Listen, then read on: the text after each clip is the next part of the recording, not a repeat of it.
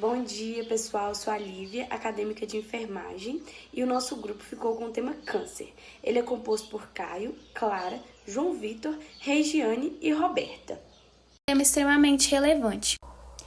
Por isso que entender os seus mecanismos genéticos é extremamente importante para ocorrer o avanço no diagnóstico, no tratamento e na prevenção. O câncer é um conjunto de doenças caracterizados pelo crescimento autônomo e desordenado das células. Essas células invadem o tecido e podem causar metástase. A metástase é um processo pelo qual elas se espalham para as outras partes do corpo, causando novos tumores. Além disso, essas células tornam-se resistentes à apoptose, que é um mecanismo natural de morte celular programada. Com isso, as células passam a se multiplicar de forma ilimitada, o que contribui para o avanço da doença. Na genética médica, o câncer é considerado uma doença genômica. Isso quer dizer que ele surge a partir de mutações no DNA. Por isso que estudar o DNA é essencial para podermos entender como o câncer se desenvolve e como podemos tratá-lo de forma mais eficaz. As mutações genéticas podem ocorrer em genes que regulam o crescimento celular. Quando esses genes são alterados, eles deixam de controlar o crescimento, favorecendo o surgimento de tumores. Então, o objetivo do nosso seminário é explorar os mecanismos genéticos envolvidos no câncer e também apresentar os avanços que têm sido feitos no diagnóstico e no tratamento dessas neoplasias. Olá, meu nome é Caio e eu vou dar continuidade no trabalho. Bom, a principal característica do câncer é o crescimento dos controles de células anormais, mutando assim o DNA. Células essas que podem ter alterações genéticas ou epigenéticas e acometer assim o mecanismo normal, levando o descontrole dessas células, causando a morte das mesmas. Principal diferença entre elas é que elas podem ser esporádicas ou hereditárias. As esporádicas vai depender do estilo de vida do indivíduo, sendo assim causada pela alimentação, pela radiação, até mesmo produtos químicos. As hereditárias passada de pai para filho após o nascimento, onde a principal mutação genética pode ser o BRCA1 e BRCA2, que é o câncer de mama e até mesmo o câncer de ovário, que é comum, que é acometido em mulheres. Agora falando sobre bases moleculares, sobre mutações somáticas e germinativas, onde as somáticas são de células específicas que não são herdadas e as células germinativas são reproduzidas pelo óvulo ou espermatozoide, que pode ser transmitida aos descendentes, transmitida através dos seus descendentes.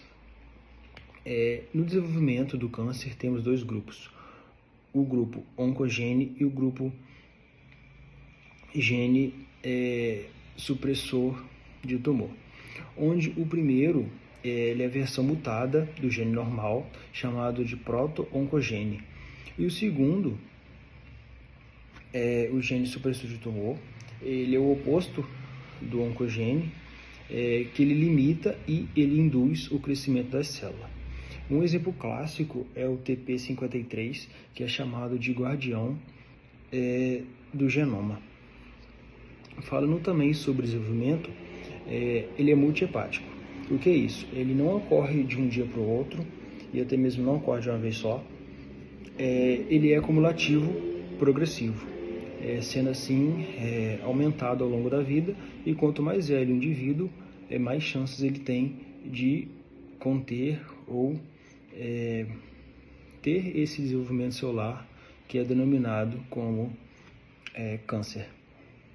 primeira síndrome é a síndrome de Li-Fraumeni, que é uma doença hereditária de predisposição ao câncer. Ou seja, pessoas com essa condição têm um risco muito aumentado de desenvolverem câncer. Isso acontece por causa de uma variação genética no gene TP53. Esse gene ele é responsável por prevenir a formação de tumores. Então, quando você tem algum dano nele, ele acaba não fazendo o papel dele, que é prevenir esses tumores. O sinal mais comum é câncer em idade precoce, né? E ele não tem tratamento. E os tipos de câncer mais comum é o câncer de mama, câncer de adrenal, tumores do sistema nervoso e sarcomas. A outra síndrome é a síndrome de predisposição hereditária ao câncer de mama e ovário, e é causada por variantes germinativas no gene BRCA1 e BRCA2, representando um risco de ter câncer na família de até 25-50%. E esses genes, eles codificam proteínas que reparam danos ao DNA, mas aí quando eles são mutados, eles podem conduzir ao crescimento celular desregulado e assim ao desenvolvimento do câncer. E ele é mais comum na região sul e sudeste do Brasil. A síndrome de Lynch é um conjunto de alterações genéticas familiares que aumentam o risco de desenvolvimento de alguns tumores. Risco de desenvolverem câncer de cólon, útero, estômago, entre outros. E até o momento, o responsável por isso é a mutação em 5 genes diferentes, que é o MLH1, MSH2, MSH6, PMS2 e EPCAM. Ela é responsável por 2 a 3% dos casos de câncer coloretal e como é uma doença hereditária, o risco de transferir essa alteração para o seu filho, quando a pessoa é portador, né, é de 50%. E a partir dessas síndromes, a gente vê a importância do aconselhamento genético, que é realizada por um profissional geneticista em uma consulta de aconselhamento genético. E o objetivo da consulta é entender se o paciente possui um câncer hereditário ou histórico familiar. E nessas consultas são realizadas exame físico, coletadas informações sobre a doença, sobre o histórico familiar, solicitados exames e se estuda qual a chance de recorrência da doença na família, a identificação de familiares que não apresentam sintomas, mas que podem estar correndo esse risco também e devem fazer o teste genético, né, para descartar, para ver a possibilidade de transmitir para seus filhos e auxiliar, assim, num planejamento familiar. Meu nome é Roberta e eu vou falar sobre o diagnóstico genético e os testes moleculares aplicados ao câncer. Esses testes são fundamentais, pois eles permitem identificar mutações nos genes que podem aumentar o risco de desenvolver determinado tipo de câncer ou até ajudar no diagnóstico quando a doença já está presente. Eles se dividem em 2 testes principais. Os testes preditivos, que avaliam o risco da doença aparecer, e os testes diagnósticos, que confirmam a presença do câncer nos pacientes afetados. Com o avanço da tecnologia, o sequenciamento genético tem se tornado uma das principais ferramentas. Ele analisa vários genes de uma vez só, de forma rápida e precisa, permitindo perceber mutações que antes passavam despercebidas. Além disso, existem os painéis de gene, que focam em grupos específicos relacionados a determinados tipos de câncer, como mama, ovário e intestino. Outra inovação importante é a biópsia líquida. É um exame que analisa o DNA tumoral circulante no sangue. É um método minimamente invasivo, que ajuda na detecção precoce e no monitoramento do tratamento, sem a necessidade de uma biópsia tradicional. Por outro lado, esses exames ainda apresentam limitações e desafios éticos. Alguns resultados, eles podem ser inconclusivos ou gerar ansiedade no paciente. Por isso, é essencial o acompanhamento com o profissional especializado e o aconselhamento genético antes e depois do teste. Em resumo, o diagnóstico genético e os testes moleculares representam um grande avanço na medicina. Bom dia, eu sou Lívia e vou falar sobre terapia-alvo e medicina de precisão. A terapia-alvo representa um grande avanço no tratamento do câncer.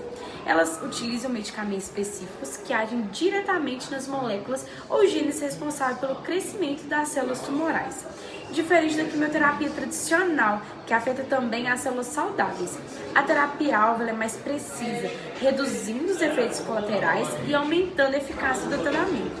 Entre os principais tratamentos associados, temos a cirurgia, que remove o tumor primário, a quimioterapia e a radioterapia, que elimina células cancerígenas, e o transplante de medula óssea, que também é indicado em alguns casos, como leucemia, linfomas, e esses métodos podem ser combinados para alcançar melhores resultados.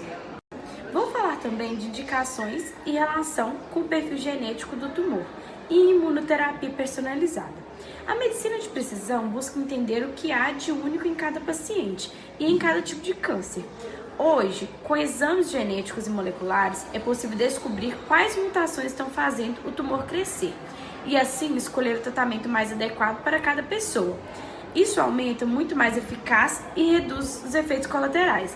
Já a imunoterapia personalizada é um tratamento que desperta o sistema imunológico do próprio paciente, para que ele reconheça e destrua as células cancerígenas.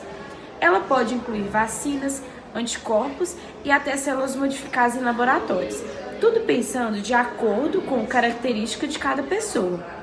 É um grande avanço porque transforma o tratamento em algo realmente individual e mais humano.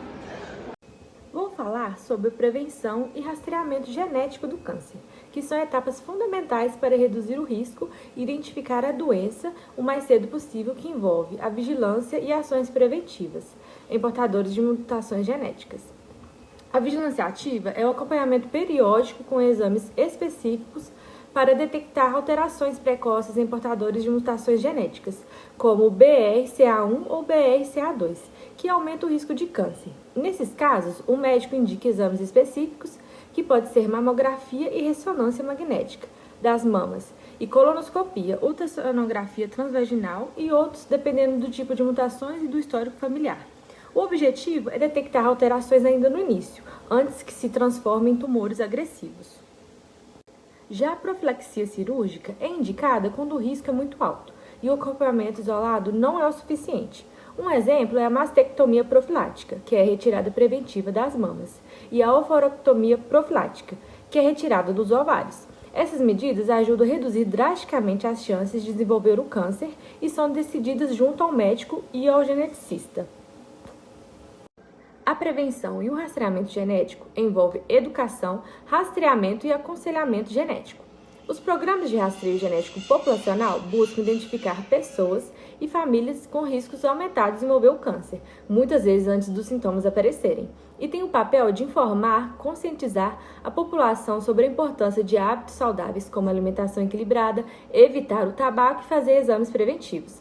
Por fim, o aconselhamento genético preventivo é um processo realizado por profissionais especializados que ajuda a entender o risco hereditário, interpretar os testes genéticos e escolher as melhores estratégias de prevenção, seja como a vigilância ativa, cirurgia ou mudanças de estilo de vida. O grande objetivo dessas ações é prevenir, diagnosticar precocemente e oferecer um cuidado mais humano e personalizado. Atualmente, tivemos muitos avanços na genética, principalmente pela edição gênica, bioinformática e inteligência artificial, e também temos desafios éticos. Hoje, o grande avanço genético se chama CRISPR. O CRISPR é uma técnica que foi desenvolvida para fazer cortes nos genes e modificações do DNA, dando células linfócitos T, onde são modificadas para atacar células cancerígenas. Também tem como grande desafio questões éticas. A bioinformática vem crescendo muito, pois permite análises muito rápidas de dados, identificação prematura de genes defeituosos. A IA também auxilia diretamente no diagnóstico muito mais rápido e muito mais preciso. E pela IA reconhecer padrões, é muito mais fácil escolher um medicamento que seja mais apropriado para o gene de cada indivíduo. Também foi desenvolvido os CAR T-cells, que são os linfócitos T que são modificados geneticamente, onde passam a reconhecer antígenos específicos de tumores. e atualmente vem dando muito resultado para leucemias. Porém, para todo tipo de pesquisa gênica, a ética e questões sociais sempre são muito debatidas. Também é debatido sobre a privacidade dos genes de cada indivíduo testado. E também por ser terapias de altíssimo custo, está restrito a uma pequena parcela da população.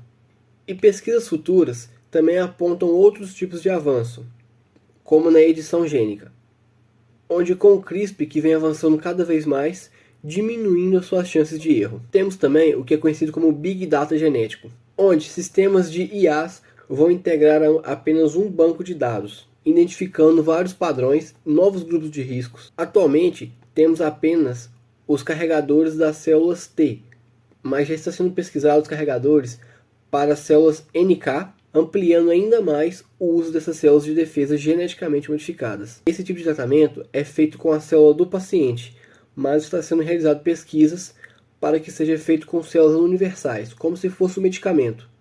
Porém, esse tipo de teste é muito caro e muito custoso, pois a ética nesses testes é algo que realmente é muito debatido, principalmente pelo fato de vários testes usarem embriões humanos diretamente. Sobre o nosso seminário, nós podemos concluir que o câncer é o acúmulo de células anormais que podem acometer o meio celular. Entender esse mecanismo, a gente desenvolve estratégias de prevenção, diagnóstico precoce e até mesmo um tratamento mais eficaz para cada indivíduo, buscando assim uma melhoria em sua condição de saúde. Bom, esse foi o nosso trabalho. Obrigado pela atenção de todos e até mais. Aqui estão nossas referências e obrigada a todos pela atenção.